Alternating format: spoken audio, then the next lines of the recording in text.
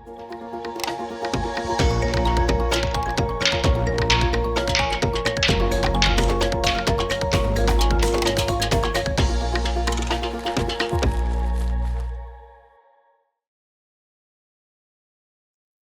वालेकुम। सिंध में सीबा testing services ने एमडी कैट 2025 को कंडक्ट किया। अगर हम लास्ट ईयर के मुकाबले में देखें, चाहे वो रिकंडक्ट का पेपर था या पहले वाला, उसके मुकाबले में ये टेस्ट कदरे मुश्किल था। तो लास्ट ईयर तो बहुत क्वेश्चन ऐसे थे जो स्ट्रेट फॉरवर्ड थे। यहाँ पर कुछ क्वेश्चन ट्रिकी थे, न्यूमेरिकल क्वेश्चन लास्ट ईयर के मुकाबले में ज़्यादा थे। तो चलें एनालिसिस देखते हैं कि क्या हमारे पास है। अगर हम ओवरऑल अपने तमाम यूनिट्स को देखें तो मैं ये नज़र आता है कि जो सेकंड ईयर पोर्शन है उसको इग्नोर कर दिया गया। मतलब ज़्यादातर जो क्वेश्चंस हैं, अगर मैं मोर देन 50% की बात करूँ तो वो क्वेश्चंस फर्स्ट ईयर के पोर्शन में से हैं। अगर आप सेकंड ईयर में देखो तो electronics, modern physics, atomic spectra, nuclear physics, इन चारों यूनिट में से कोई क्वेश्चन नहीं था। अब बाकी अगर देखा जाए तो हमारे पास हर यूनिट में आपको क्वेश्चन मिलता है और एक से ज़्यादा क्वेश्चन मिलते हैं। करंट, इलेक्ट्रिसिटी, अल्टरनेटिंग करंट, इनमें से एक एक क्वेश्चन है। हीट एंड थर्मोडायनेमिक्स में एक एक क्वेश्चन, बाकी सब में एक से ज़्यादा क्वेश्चन हैं।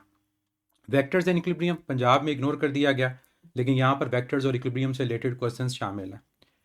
अब अगर हम अपने ओवरऑल क्वेश्चंस को देखें, जो मैं हमेशा कहता हूँ कि क्वेश्चंस की कैटेगरी 7 है फिजिक्स के अंदर, उनमें अगर आप देखो तो डेफिनेशन और स्टेटमेंट बेस्ड क्वेश्चन, जो नॉलेज बेस्ड क्वेश्चन होते हैं, वो 4 हैं। एक क्वेश्चन फार्मूला बेस है, एक क्वेश्चन यूनिट बेस जो कन्वर्जन से रिलेटेड है, कॉन्सेप्ट एप्लीकेशन बेस, हर प्रोविंस में इससे रिलेटेड क्वेश्चन होते हैं और यहाँ पर इनको मिलाकर टोटल 21 क्वेश्चन हैं। कॉन्सेप्ट बेस्ड क्वेश्चन 16 है और जो एप्लीकेशन बेस्ड क्वेश्चन है वो 5 है। न्यूमेरिकल्स इसमें है, पंजाब के अंदर सिर्फ एक न्यूमेरिकल है, यहाँ टोटल 8 न्यूमेरिकल्स है और वो भी ये नहीं कि स्ट्रेट फॉरवर्ड है, सॉल्व करने वाले हैं। और लास्ट में ग्राफ बेस्ड क्वेश्चन एक है, पंजाब में कोई ग्राफ बेस्ड क्वेश्चन नहीं है। अब स्टार्ट करते हैं इन क्वेश्चन की डिस्कशन को।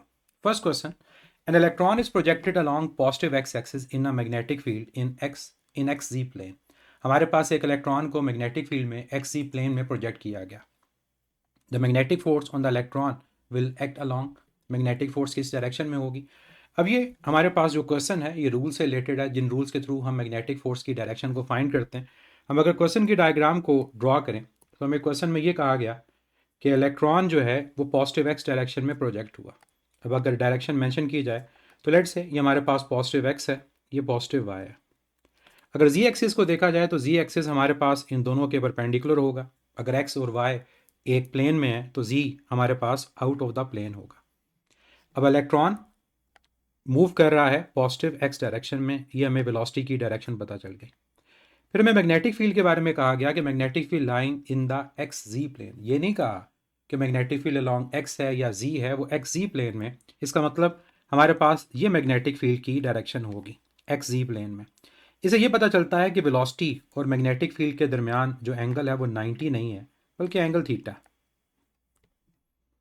अब क्वेश्चन है कि मैग्नेटिक फोर्स किस डायरेक्शन में अप्लाई होगी। अब यहाँ पर अगर आप लोग राइट हैंड रूल को अप्लाई करना चाहते हो तो राइट हैंड रूल अप्लाई करने के लिए आप क्या कर सकते हो, आप मैग्नेटिक फील्ड का कंपोनेंट फाइंड कर लो और वो कंपोनेंट जो वेलोसिटी के परपेंडिकुलर है।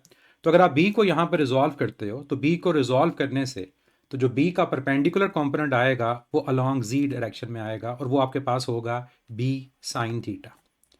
अब हमें वी और बी की डायरेक्शन पता चल गई। अब हम फाइंड कर सकते हैं मैग्नेटिक फोर्स की डायरेक्शन को। अब राइट हैंड रूल जो है, पाम राइट हैंड रूल या फ्लेमिंग लेफ्ट हैंड रूल, ये अप्लाई होते हैं पॉजिटिव चार्जेस पे। तो अगर आप पॉजिटिव चार्ज पे डायरेक्शन फाइंड कर लो तो उसके ऑपोजिट नेगेटिव होगा। और मैंने बताया था कि पाम राइट हैंड रूल के मुताबिक जो पाम है वो हमें पॉजिटिव चार्ज की डायरेक्शन बताएगा और हाथ का जो टॉप है वो नेगेटिव चार्ज पे डायरेक्शन बताएगा। रूल अप्लाई करते हैं, एक्स की तरफ थंब, वेलोसिटी आपके पास आ गई। मैग्नेटिक फील्ड जो है और मैग्नेटिक फील्ड का कंपोनेंट वो जी डायरेक्शन में है, तो मैंने आउट ऑफ द प्लेन कर दिया लाइक दिस। अब आउट ऑफ द प्लेन जब किया तो मेरा जो पाम है वो डाउनवर्ड है। इसका मतलब अगर ये पॉजिटिव चार्ज होता तो मैग्नेटिक फोर्स लगती डाउनवर्ड, और डाउनवर्ड है नेगेटिव वाई एक्सिस। तो ये चार्ज कौन सा है, नेगेटिव।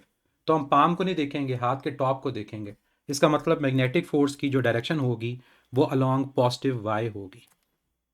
तो नेगेटिव चार्ज के लिए हमारा आंसर पॉजिटिव वाई, और अगर ये चार्ज पॉजिटिव होता और मूव कर रहा होता पॉजिटिव एक्स डायरेक्शन में तब आपका आंसर क्या होता, वो नेगेटिव वाई। तो राइट आंसर इज चार्ली। इस क्वेश्चन को आप एक और तरह से भी सॉल्व कर सकते थे, वो क्या तरीका है। देखो, मैग्नेटिक फोर्स का जो फार्मूला है that is q into v cross B. अब यहां पर आपको कहा गया कि चार्ज नेगेटिव है तो शुरू में क्यू नेगेटिव हो जाएगा। अब चार्ज आपके पास नेगेटिव, यहाँ पर नेगेटिव साइन आ गया, इसको मैं नेगेटिव ई कर देता हूँ। वेलोसिटी के बारे में कहा गया कि वेलोसिटी अलोंग एक्स है, इसके लिए मैं यूज़ कर लेता हूँ आई। और जो मैग्नेटिक फील्ड है वो हमारे पास एक्स जी प्लेन में। अब एक्स जी प्लेन का मतलब होगा यहाँ पर आपके पास आएगा आई प्लस के, या आई प्लस के शो करेगा कि वेक्टर आपका एक्स जी प्लेन में। अब आपने क्रॉस प्रोडक्ट फाइंड करना है, और ये क्रॉस प्रोडक्ट आसान है। अब आप करेंगे क्या, आप आई को आई से मल्टीप्लाई करेंगे और आई को के से मल्टीप्लाई करेंगे। तो यहाँ पर आएगा माइनस ई आई क्रॉस आई प्लस, ये डिस्ट्रीब्यूटिव प्रॉपर्टी आपके पास है, और यहाँ पर आ जाएगा आई क्रॉस के। अब क्वेश्चन सॉल्व हो चुका है। आई क्रॉस आई क्या होता है, i cross i zero, orthogonal unit vector similar हो तो क्रॉस प्रोडक्ट जीरो। और आई क्रॉस के क्या होता है, के क्रॉस आई होता तो जे था। अगर आई क्रॉस के तो यहां पर आपके पास आएगा माइनस जे। अब ये नेगेटिव और ये नेगेटिव क्या हो जाएगा, पॉजिटिव। तो आपका आंसर क्या आया, पॉजिटिव वाई एक्सेस। तो अब इस मेथड से भी सॉल्व करते तब भी आंसर पॉजिटिव वाई ही आता। Next question, the magnetic flux through a loop of 1 metre square in a 0.5 tesla magnetic field is same as a magnetic flux through a loop of 0.5 metre per square in a magnetic field of. हमें यहाँ पर यह कहा गया है कि दो different coils हैं, एक का एरिया 1 मीटर स्क्वायर है और एक का 0.5 मीटर स्क्वायर, और दोनों की जो मैग्नेटिक फील्ड है वो सेम है, मैग्नेटिक फ्लक्स सेम है। तो बताएं जिसका एरिया 0.5 मीटर स्क्वायर है उसकी मैग्नेटिक फील्ड क्या होगी। अब मैग्नेटिक फ्लक्स सेम है तो मैं इसको यूँ लिख देता हूँ, φ1 इज इक्वल टू φ2। अब पहली जो हमारे पास कॉइल है उसमें एरिया हमें गिवन है 1 मीटर स्क्वायर, और जो मैग्नेटिक फील्ड गिवन है वो 0.5। मैंने दोनों को मल्टीप्लाई क्यों किया, क्योंकि फ्लक्स हमारे पास इक्वल है बी ए कॉस थीटा के। अब एंगल दोनों के दरमियान मेंशन नहीं है तो हम इसमें यही कहेंगे कि फ्लक्स प्रेजेंट है तो एंगल जीरो ले लेते हैं। तो यहाँ पर आपके पास इनिशियल फ्लक्स आ गया 0.5 वेबर। अब दूसरी जो कॉइल है उसका एरिया हमारे पास कितना है, उसका एरिया 0.5 है। अब क्वेश्चन ये कि उसकी मैग्नेटिक फील्ड की वैल्यू क्या होगी। क्या आपका आंसर 0.5 है, तो इसमें अगर आप देखो तो अगर आप एंगल को ज़ीरो लेते हो तो एंगल ज़ीरो लेने से यहाँ पर वैल्यू जो आएगी वो 1 आएगी। तो 0.5 इंटू 1 0.5, तो ये आंसर है फर्स्ट 1 टेस्ला एट 0 डिग्री। अब 0 डिग्री इस वजह से क्योंकि यहाँ पर कॉस जीरो आ रहा है और कॉस जीरो 1 होता है तो 0.5 ही आंसर होगा। अगर आप 60 लेते हो तो कॉस 60 1/2, तो 0.5 का हाफ हो जाएगा 0.25 आएगा। तो इसका मतलब आंसर आपका बीटा नहीं होगा, अल्फा। अगर आप चार्ली लेते हो कॉस 90 जीरो, फ्लक्स जीरो हो जाएगा और लास्ट में भी फ्लक्स जीरो, तो एक ही आंसर करेक्ट है एंड दैट इज अल्फा। तो बेसिकली क्वेश्चन कंपैरिजन का है कि अगर आपको पहले फ्लक्स गिवन है तो दूसरे केस में मैग्नेटिक फील्ड पूछी है जिसे फ्लक्स इक्वल आएगा। A body of mass 10 kg is falling through a viscous medium and reach terminal velocity. The net force on a body will be। अब देखें क्वेश्चन बैंक जो था वो एक ही था, इसी वजह से आप सिमिलर क्वेश्चंस देखोगे पूरे टेस्ट में कि एक जैसे क्वेश्चन है अक्रॉस द प्रोविंसेस। तो ऐसा ही क्वेश्चन हमें पंजाब में भी मिलता है यूएचएस में कि हमारे पास अगर एक बॉडी टर्मिनल वेलोसिटी को अप्रोच कर ले तो नेट फोर्स क्या होगी। हम जानते हैं कि जब हमारी वेलोसिटी टर्मिनल के इक्वल होती है तो एक्सेलेरेशन जीरो होती है। एक्सेलेरेशन जीरो इस वजह से क्योंकि नेट फोर्स जीरो, और नेट फोर्स जीरो इस वजह से क्योंकि जो वेट है और ड्रैग फोर्स ये दोनों इक्वल हो जाते हैं, और वेट और ड्रैग फोर्स जब आपके पास इक्वल तो यही बचे आपके पास नेट फोर्स है W minus F D.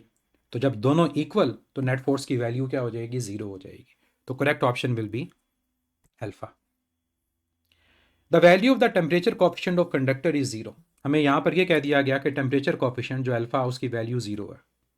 This indicate that with the rise in temperature the resistance of the conductor. इसे क्या पता चलता है, देखो अल्फा अगर पॉजिटिव हो तो इसे ये पता चलता है कि रेजिस्टेंस का टेम्परेचर से डायरेक्ट रिलेशन है मेटल। अगर अल्फा नेगेटिव हो तो रेजिस्टेंस का ताल्लुक टेम्परेचर के साथ इन्वर्स होता है। और ये अल्फा पॉजिटिव और नेगेटिव क्यों होते हैं, क्योंकि alpha fractional change in resistance पर केल्विन राइज इन टेम्परेचर है, ये अल्फा का फार्मूला है। अब अल्फा के पॉजिटिव आने की जो वजह है वो ये कि जब रेजिस्टेंस का चेंज पॉजिटिव तो अल्फा पॉजिटिव, जब रेजिस्टेंस का चेंज नेगेटिव अल्फा नेगेटिव। तो अगर अल्फा की वैल्यू ही जीरो हो जाएगी इसका मतलब रेजिस्टेंस का चेंज भी जीरो, तो मतलब रेजिस्टेंस चेंज नहीं हो रही। तो अल्फा के जीरो होने का मतलब आपकी रेजिस्टेंस सेम रह रही है, उसमें किसी भी किस्म का चेंज नहीं है। Answer will B Charlie. The path difference between the two sound waves coming from a coherent source of wavelength 50 centimetre, coherent source है, इसका मतलब हमारा जो क्वेश्चन है इंटरफेरेंस से रिलेटेड है। और यहाँ पर पाथ डिफरेंस की जो वैल्यू है वो हमें गिवन है कितनी, 100 सेंटीमीटर। और साथ ये कह दिया गया कि जो वेवलेंथ है लैम्डा दैट इज 50 सेंटीमीटर। अब पूछा क्या गया है, the superposition of the waves at that point produces. अब देखें कोहेरेंट सोर्सेज है, इंटरफेरेंस से रिलेटेड है, बीट्स तो वैसे ही निकाल दो। अब इंटरफेरेंस के अंदर या तो कंस्ट्रक्टिव या डिस्ट्रक्टिव, या लाउडनेस या साइलेंस। अब कैसे चेक होगा? आप जानते हो कि कंस्ट्रक्टिव इंटरफेरेंस में path difference n times lambda होता। तो अगर आप यहाँ पर पाथ डिफरेंस की वैल्यू को 100 पुट करो, लैम्डा की वैल्यू को 50 पुट करो, तो इसका मतलब n की वैल्यू 2। तो ये कंस्ट्रक्टिव इंटरफेरेंस है, क्योंकि जो आपका पाथ डिफरेंस है वो इंटीग्रल मल्टीपल ऑफ वेवलेंथ है, 2 लैम्डा, 3 लैम्डा, 4 लैम्डा। तो यहाँ पर आपका जो राइट आंसर आएगा that will be Charlie loudness. और अगर पाथ डिफरेंस ऐसा होता कि वो n+1/2 लैम्डा की फॉर्म में होता, फ्रैक्शन की फॉर्म में, तो फिर आपके पास जो इंटरफेरेंस होती that will be destructive. Potential energy decreases in the process of, potential energy इनमें से किस केस में डिक्रीज करेगी? देखें, चाहे स्प्रिंग कंप्रेस हो या स्ट्रेच हो, पोटेंशियल एनर्जी का फार्मूला होता है हाफ के एक्स स्क्वायर। अगर आपके पास x मतलब जो स्प्रिंग है उसकी पोजीशन चेंज हो रही है, वो स्ट्रेच हो या कंप्रेस हो, पोटेंशियल एनर्जी हमारे पास स्टोर होगी। इसी तरह से लास्ट ऑप्शन देखो, holding the spring at maximum extension, मतलब जब x की वैल्यू x0 है, इसका मतलब हमारी पोटेंशियल एनर्जी क्या है? मैक्सिमम है। तो अल्फा, बीटा और डेल्टा तीनों में पोटेंशियल एनर्जी स्टोर हो रही है। लूज कहाँ हो रही है? चार्ली में, क्योंकि जब स्प्रिंग को आप रिलीज करोगे तो वही पोटेंशियल एनर्जी कन्वर्ट किस में हो जाएगी? काइनेटिक में। तो पोटेंशियल लूज होगी, काइनेटिक गेन होगी। Right answer is Charlie. A diver of mass m is swimming at depth h below the sea level. That if the reference level is taken as a sea level, the gravitational potential energy of the diver will be। अब देखो, अगर आप सी level को reference ले रहे हो तो सी level आपका रेफरेंस लेवल, वहां पोटेंशियल एनर्जी की वैल्यू 0 है। अब उसे नीचे अगर हम जाते हैं तो पोटेंशियल एनर्जी हमारे पास पॉजिटिव होगी या नेगेटिव होगी? बच्चे, अगर आप अर्थ की सरफेस से नीचे जाते हो तो बेसिकली आप बाइंड होते हो अर्थ के साथ। और जब तो कोई बॉडी हमारे पास बाइंड होती है या बाउंड होती है कंजर्वेटिव फील्ड के अंदर, आपकी एनर्जी नेगेटिव होती है। जैसे इलेक्ट्रॉन न्यूक्लियस के अराउंड रिवॉल्व हो रहा होता है, आप उस इलेक्ट्रॉन की एनर्जी को नेगेटिव लेते हो, क्योंकि वो इलेक्ट्रॉन बाइंड हुआ हुआ है, बाउंड हुआ हुआ है किसके साथ? न्यूक्लियस के साथ। लेकिन जैसे ही वो इलेक्ट्रॉन फ्री होता है उसकी एनर्जी क्या हो जाती है? वो पॉजिटिव हो जाती है। अब यहाँ पर भी यही है कि अगर आप अर्थ की सरफेस से नीचे जा रहे हो तो नीचे आप बाइंडेड हो। अब बाइंडेड हो तो आपके पास पोटेंशियल एनर्जी क्या होगी? वो नेगेटिव होगी। और अगर आप अर्थ की सरफेस से किसी बॉडी को ऊपर लेकर जाते हो तब आपकी पोटेंशियल एनर्जी क्या होती है? तब potential energy zero reference level ground के मुताबिक पॉजिटिव होती है। ये इन्फिनिटी के मुताबिक नहीं है, ये जीरो रेफरेंस लेवल के मुताबिक है। तो जीरो रेफरेंस लेवल के मुताबिक ऊपर पॉजिटिव और नीचे आपके पास क्या है? नेगेटिव, क्योंकि आप बाइंड हो अर्थ के साथ। और जब तक बाइंड हो आपके पास एनर्जी क्या होगी? नेगेटिव। आप इसको यूं भी कह सकते हो कि अगर आप एक खाई में हो और आपने उस खाई से ऊपर आना है, तो खाई में एक ऑब्जेक्ट है और उसको आपने सरफेस के ऊपर लेकर आना है, तो क्या उसको एनर्जी देनी पड़ेगी या उसे निकालनी पड़ेगी? देनी पड़ेगी। तो इसका मतलब यहाँ पर आपके पास जो एनर्जी इनिशियली है वो क्या है? वो नेगेटिव है। तो करेक्ट ऑप्शन यहाँ पर क्या आएगी? Correct option will be Charlie. A constant force F acts on a body and displaces it by a distance delta d in a time t. The rate at which force is doing work is, the rate at which force is doing work, इसका मतलब rate of doing work। और rate of doing work क्या होता है? rate of doing work हमारे पास होता है power. तो ये बेसिकली पावर का फार्मूला है।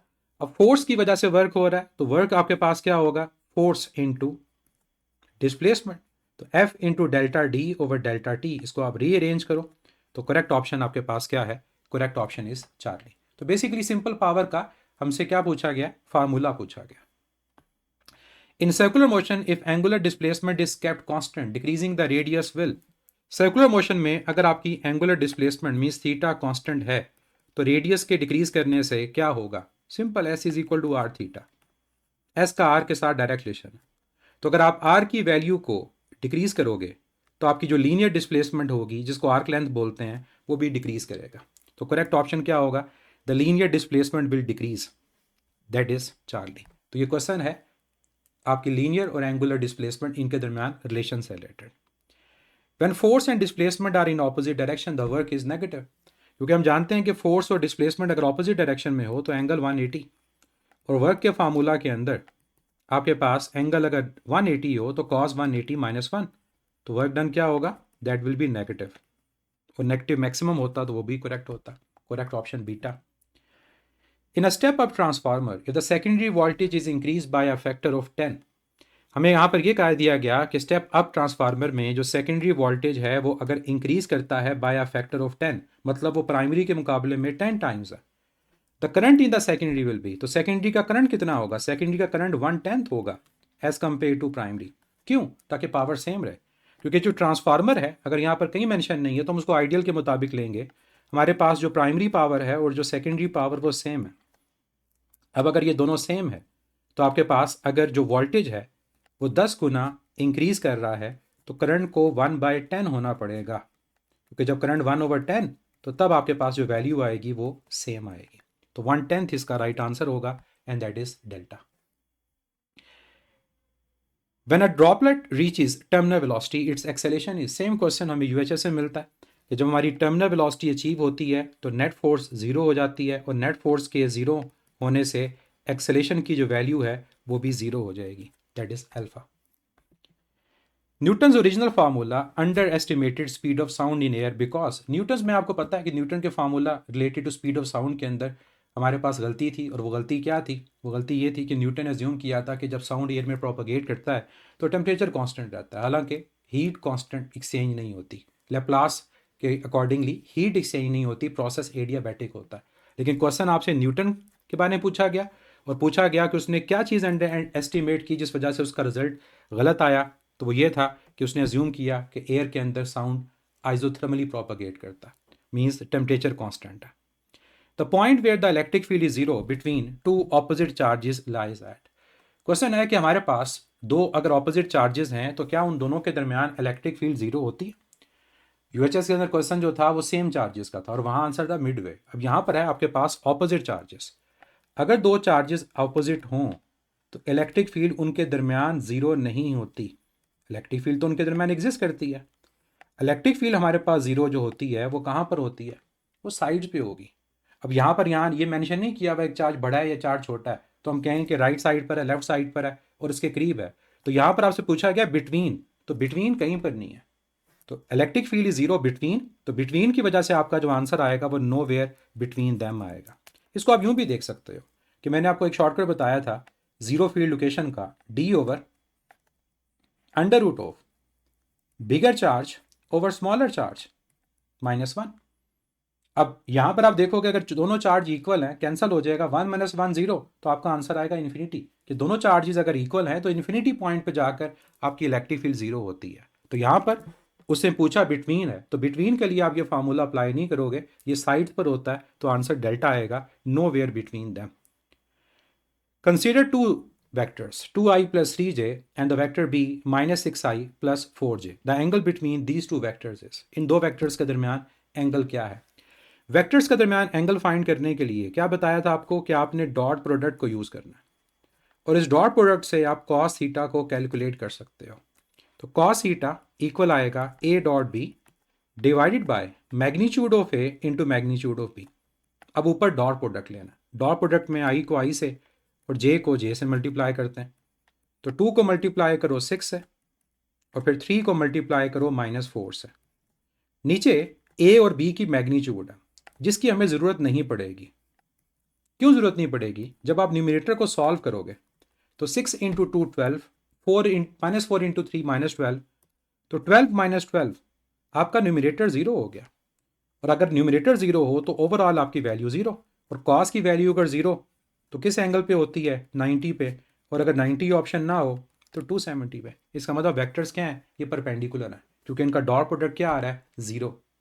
और अगर ऊपर न्यूमरेटर के अंदर आंसर ज़ीरो ना आता तो फिर डिनोमिनेटर को सॉल्व करते और फिर देखते कि नीचे क्या आता है, लेकिन ऊपर ज़ीरो आ गया तो पूरा का पूरा फैक्टर ही ज़ीरो हो जाएगा। तो इसलिए करेक्ट ऑप्शन आपके पास क्या आएगी? 90 degree, and that is beta. A displacement time graph is a straight line inclined up at an angle of 45 degree with the x-axis. हमारे पास displacement time graph given है और ये कहा गया कि वो 45 डिग्री पर इंक्लाइंड है। अब अगर 45 डिग्री पर इंक्लाइंड है इसका मतलब डिस्प्लेसमेंट कांस्टेंट नहीं है, बल्कि डिस्प्लेसमेंट का चेंज आपके पास कांस्टेंट है। क्योंकि ग्राफ 45 डिग्री पर है इसका मतलब ग्राफ स्ट्रेट लाइन है। ग्राफ अगर स्ट्रेट लाइन है तो अगर आप स्लोप को कैलकुलेट करो, स्लोप tan थीटा के इक्वल, तो tan 45 1, इसका मतलब स्लोप की वैल्यू थ्रू आउट हमारे पास कांस्टेंट रह रही है, और डिस्प्लेसमेंट टाइम ग्राफ की स्लोप क्या होती है? वेलोसिटी। तो वेलोसिटी कांस्टेंट है, तो करेक्ट ऑप्शन क्या आएगा?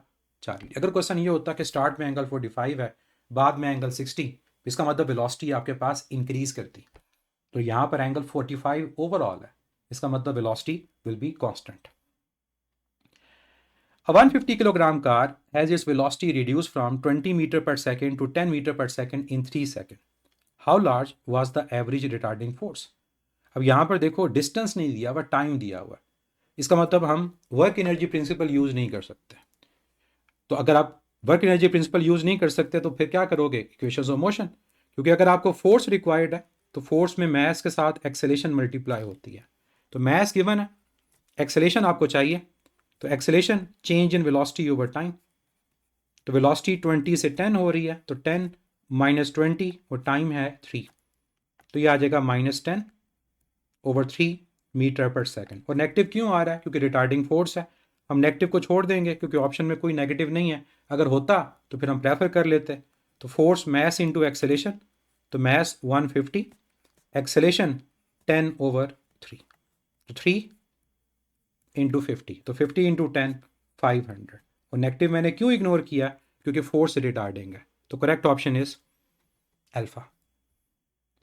The phenomena of interference of sound waves requires, interference की कंडीशन से रिलेटेड क्वेश्चन है, और क्या कंडीशंस थी? वेव सिमिलर होनी चाहिए, कोहेरेंट, मतलब फेज भी सेम हो, डायरेक्शन भी सेम हो, तो two source with different frequencies no, it's से बीट्स प्रोड्यूस होती हैं अगर फ्रीक्वेंसी डिफरेंट हो। Coherent sources yes, single source no, coherent sources हैं तो दो ही होंगे ना, एक तो नहीं हो सकता। हाँ, सिंगल सोर्स को डिवाइड जरूर कर सकते हो, अगर single source and a reflecting source no, surface no, ये स्टेशनरी वेव से रिलेटेड है, तो correct option is beta. A gas expands from 1 meter cube to 3 meter cube at a constant pressure of 2 Pascal. The work done is, देखो work done constant pressure पे, pressure into change in volume है, अब pressure है 2, volume का change 3 minus 1, तो simple सा question है, 2 into 2, the answer will be 4 joules. Correct option is beta. If frequency of AC is double, the inductive reactance will be, अगर आप frequency को डबल कर देते हो तो इंडक्टिव रिएक्टेंस पे क्या फर्क पड़ेगा? इंडक्टिव रिएक्टेंस का फार्मूला 2πfl, क्या रिलेशन है? डायरेक्ट। तो अगर आपके पास फ्रीक्वेंसी की वैल्यू डबल, तो इंडक्टिव रिएक्टेंस भी डबल, अगर कैपेसिटिव होता तो फिर आप कहते हाफ, तो यहां पर राइट आंसर होगा Charlie, it will be double. The force between the two charges is 28 newton in a vacuum if the paraffin wax of relative permittivity 2.8 is introduce. हमें यह बता दिया गया कि एक मीडियम इंट्रोड्यूस करवा दिया गया जिसकी रिलेटिव परमिटिविटी 2.8 है, तो अब बताओ हमारी फोर्स कितनी हो जाएगी? तो force in the presence of dielectric equal होता है 1 over epsilon r times force in the absence of dielectric, तो हमारे एप्सिलॉन आर की वैल्यू 2.8 और वैक्यूम में जो फोर्स है वो 28, तो 28 ओवर 2.8 10 न्यूटन इसका राइट आंसर होगा। सिमिलर क्वेश्चन यूएचएस में भी था। A body moves along a semicircular path of radius 10 meter from one end of the diameter to the other. The ratio of the distance to displacement. Question है कि हमारे पास एक body एक semi circular path में move कर रही है डायमीटर के एक एंड से दूसरे एंड की तरफ, और हमें यहां पर जो गिवन है वो रेडियस गिवन है कि रेडियस 10 मीटर। क्या चीज़ कैलकुलेट करनी है? डिस्टेंस और डिस्प्लेसमेंट की रेशियो, ऑब्वियसली डिस्प्लेसमेंट की मैग्नीट्यूड होगी। अब कैसे फाइंड करना है? हम जानते हैं कि सेमी सर्कल के अंदर जो डिस्टेंस होगा वो कितना होगा? टोटल सर्कल की लेंथ का हाफ, मतलब सर्कमफेरेंस का हाफ, और जो डिस्प्लेसमेंट होती है that is the shortest distance between the two points, तो ए और बी के दरमियान जो शॉर्टेस्ट डिस्टेंस होगा दैट विल बी डायमीटर, तो जो डिस्प्लेसमेंट है वो डायमीटर है, और डायमीटर क्या होता है? वो 2r होता है। अब क्वेश्चन को सॉल्व करना है, 2 कैंसिल हो जाएगा और r कैंसिल हो जाएगा, 2 चला जाएगा डिनोमिनेटर में, and the answer will be π/2। Correct option is Charlie. A body is projected with speed v, making an angle theta with the horizontal and covers horizontal range r. If its speed is doubled, the new range will be. Speed के double करने से range पे क्या फ़र्क पड़ेगा? Range के formula में initial speed का स्क्वायर आता है, ये formula vi² sin 2 theta over g. तो इस फार्मूला के अकॉर्डिंग अगर आप स्पीड को डबल कर रहे हो, तो अगर आपके पास स्पीड की वैल्यू डबल, तो 2 का स्क्वायर क्या होगा 4, तो आपकी range 4 times means quadruple. Correct option is delta. A ball of mass m strikes a wall and rebounds with the same speed in opposite direction, taking the initial direction as positive. The change in the momentum of the ball is। Question हमारे पास है एक ball जिसका mess m, वो rebound करता है एक दीवार के साथ सेम स्पीड में लेकिन ऑपोजिट डायरेक्शन। ये तमाम चीज़ें गिवन है और वैसे भी पता है कि बॉल को दीवार की तरफ फेंकें बॉल बाउंस बैक करती है, तो जाने की स्पीड पॉजिटिव तो आने की स्पीड नेगेटिव। फाइंड करना है change in momentum. Change in momentum होगा फाइनल माइनस इनिशियल, तो फाइनल होगा mass into final velocity, initial होगा मैस इनटू इनिशियल वेलोसिटी। तो फाइनल वेलोसिटी माइनस वी है क्योंकि डायरेक्शन ऑपोजिट, और इनिशियल वेलोसिटी वी, तो ये माइनस एम वी कितना आएगा -2 टाइम्स एम वी। तो कभी ये ना सोचिएगा कि बॉल अगर बाउंस बैक करेगी तो चेंज इन मोमेंटम जीरो है, क्योंकि अगर चेंज इन मोमेंटम जीरो तो मतलब दीवार कोई फोर्स अप्लाई नहीं कर रही, तो फिर एक्शन और रिएक्शन का कंसेप्ट गलत हो जाएगा। तो दीवार एक रिएक्शन फोर्स अप्लाई करेगी जिसकी वजह से मोमेंटम में चेंज आएगा, because force is the rate of change of momentum. तो राइट आंसर इसका क्या होगा चार्ली। तो आपने कभी भी ये नहीं सोचना कि हमारे पास अगर दीवार को बॉल हिट करके बाउंस बैक करती है तो मोमेंटम का चेंज जीरो होता है। Next question, a point lies 3 metre from a 5 microcoulomb charge and 4 meter from a -3 microcoulomb charge. The most appropriate direction of the net electric field at the point is directed away from +5 towards away from -3 perpendicular। आप जानते हो कि electric field जो होती है वो हमारे पास हमेशा पॉजिटिव चार्ज से नेगेटिव चार्ज की तरफ होती है। तो यहाँ पर आपके पास डायरेक्ट यहाँ से क्वेश्चन का आंसर मिल सकता है कि away from a +5 microcoulomb charge. लेकिन अगर आप इसको ड्रॉ करके भी देखना चाहो तब भी आंसर यही आएगा कि अगर आप कहते हैं कि आपके पास चार्ज है 5 माइक्रोकूलम का और पॉजिटिव है, और दूसरा जो चार्ज है वो -3 माइक्रोकूलम का और वो नेगेटिव है। A point lies 3 metre from a 5 microcoulomb charge, एक पॉइंट है जो कि 5 माइक्रोकूलम से कितना दूर है 3 मीटर, ठीक हो गया।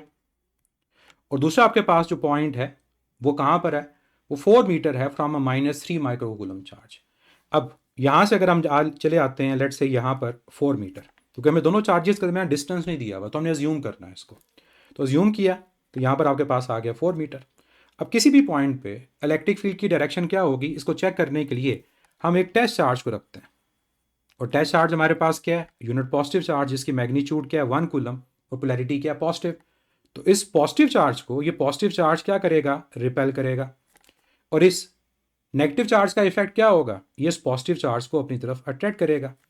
अब दोनों फोर्सेस जो हैं चाहे वो पॉजिटिव चार्ज लगा रहा है या नेगेटिव चार्ज लगा रहा है वो सेम डायरेक्शन में, तो नेट फोर्स अगर नेगेटिव चार्ज की तरफ तो नेट इलेक्ट्रिक फील्ड भी नेगेटिव चार्ज की तरफ। तो ये डायरेक्ट भी क्वेश्चन सॉल्व हो सकता है, लेकिन अगर आप सॉल्व यूं करना चाहें तब भी आपके पास आंसर यही आएगा कि जो इलेक्ट्रिक फील्ड है that is from positive to negative, away from positive and towards negative. तो करेक्ट ऑप्शन आपके पास यहाँ अल्फा बनती है।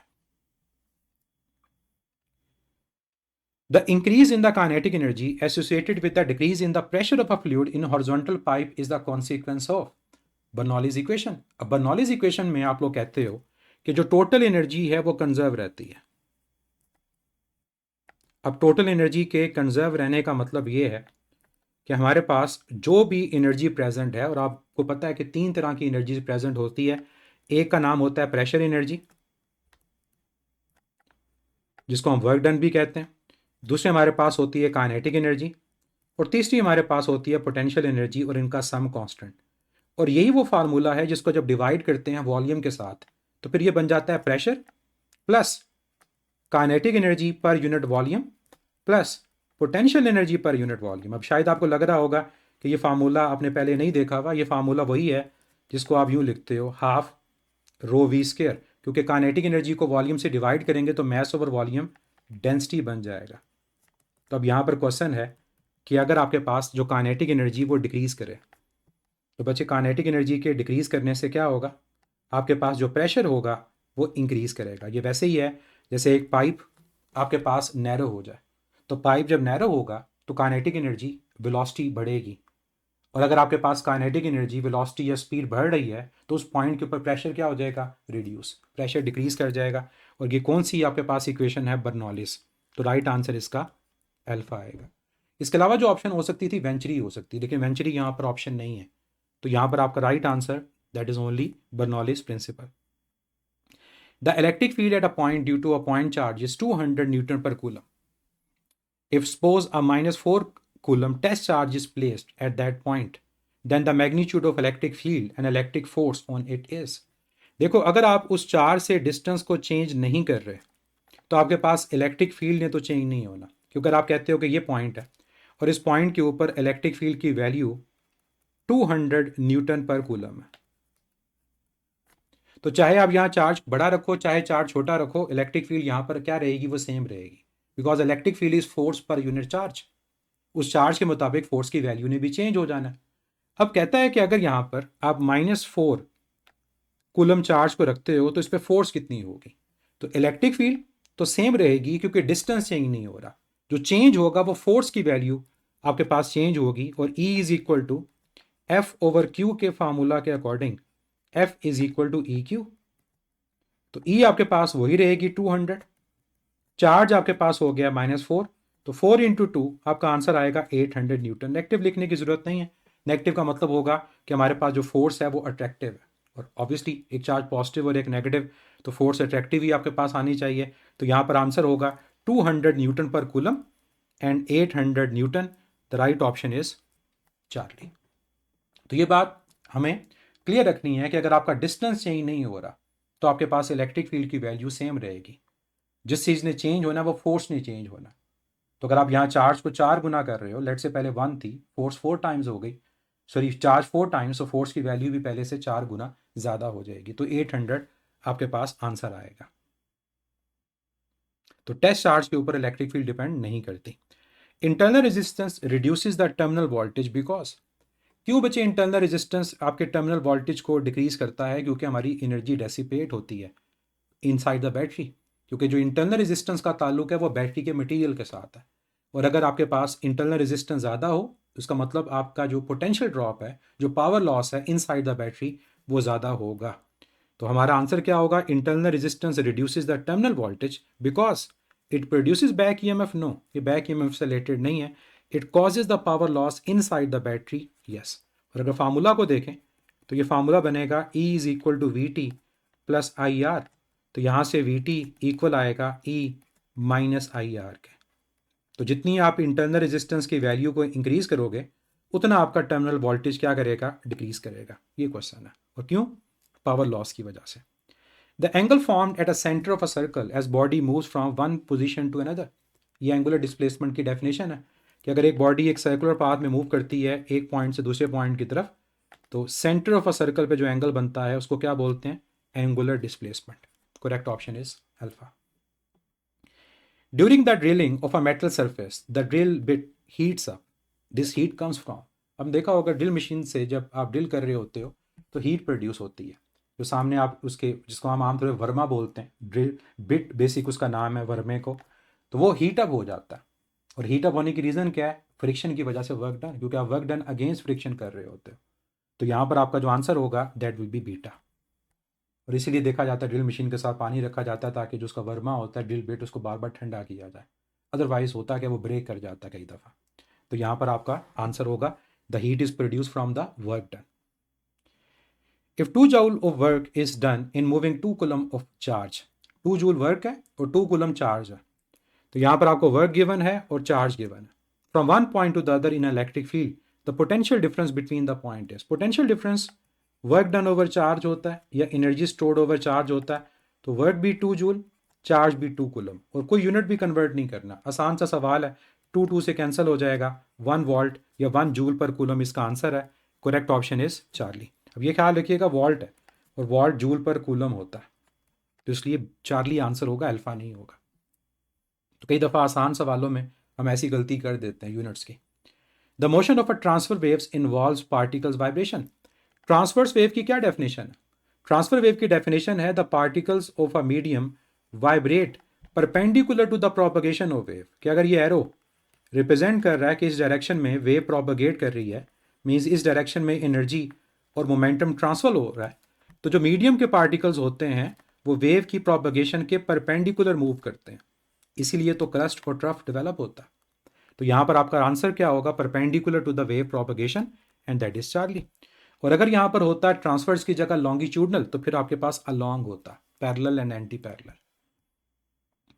इन laminar flow of a fluid it's adjacent layers, हमारे पास जो फ्लो लैमिनर होता है वो रेगुलर फ्लो होता है, स्टेडी फ्लो होता है, उसके अंदर जो लेयर्स होती हैं वो मिक्स नहीं होती, वो एक दूसरे के पैरेलल मूव कर रही होती हैं, और एक डायरेक्शन में हमारे पास जितने भी पार्टिकल्स होंगे, तो एक लाइन में जितने भी पार्टिकल्स होंगे उन तमाम की डायरेक्शन भी सेम होगी।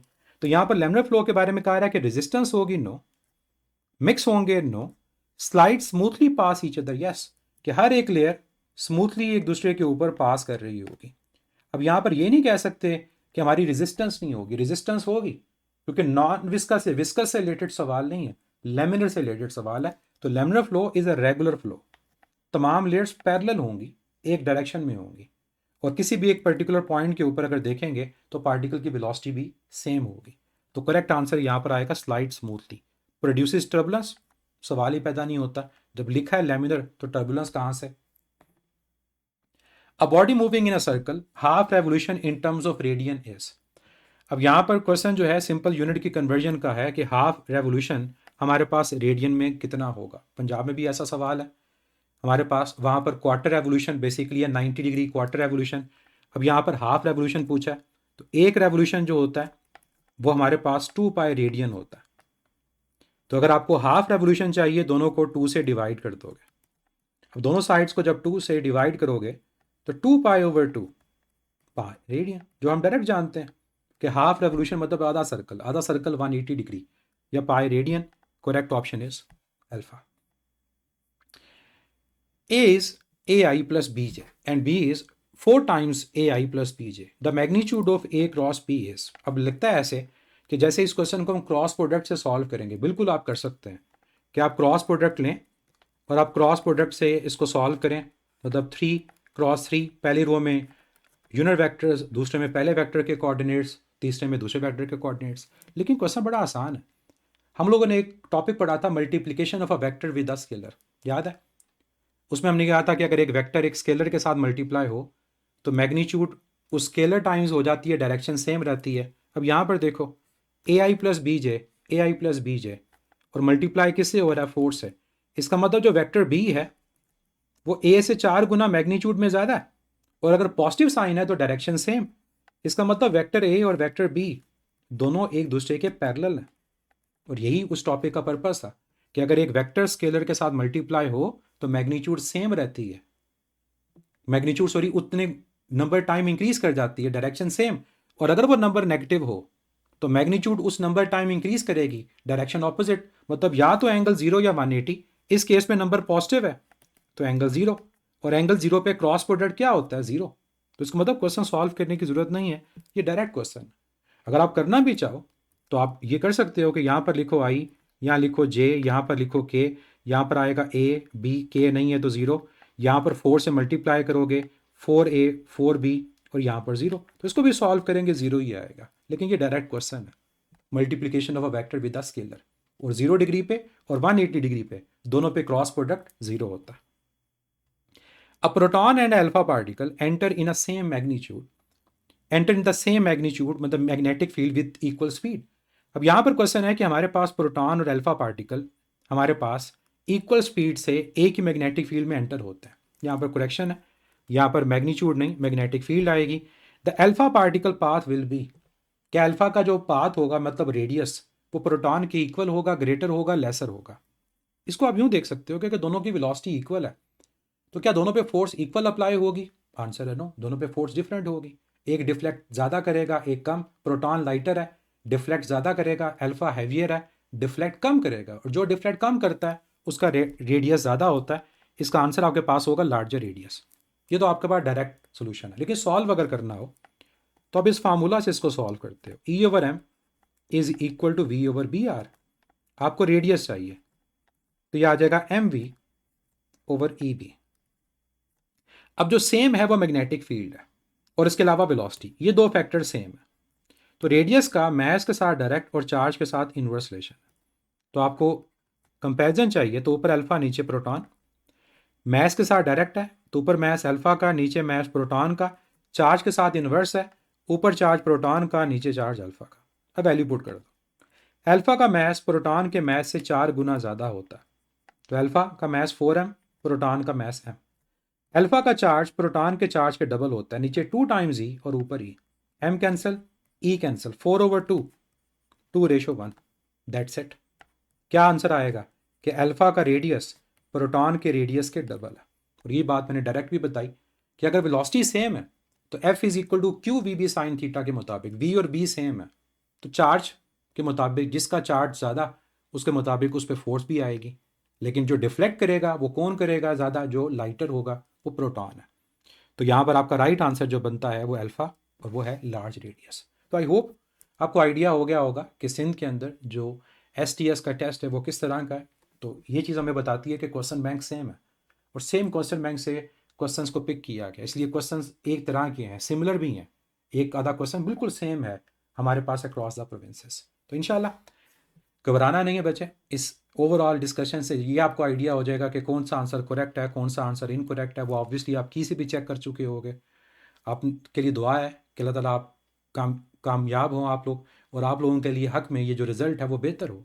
और याद रखिएगा एक दरवाज़ा बंद होता है तो दूसरा दरवाज़ा खुलता है। तो ये ना सोच लीजिएगा कि कोई नंबर कम आ गए या थोड़े से कम आ गए तो ज़िंदगी ख़त्म हो गई। नो, अभी बहुत सारी ज़िंदगी बाकी है। तो अगर आपने मेहनत की है तो आपको उसका सिला ज़रूर मिलेगा, और इस पर अगर आपका यकीन है तो फिर आपको किसी भी तरह की टेंशन नहीं होनी चाहिए। अपना ढेर सारा ख्याल रखिएगा।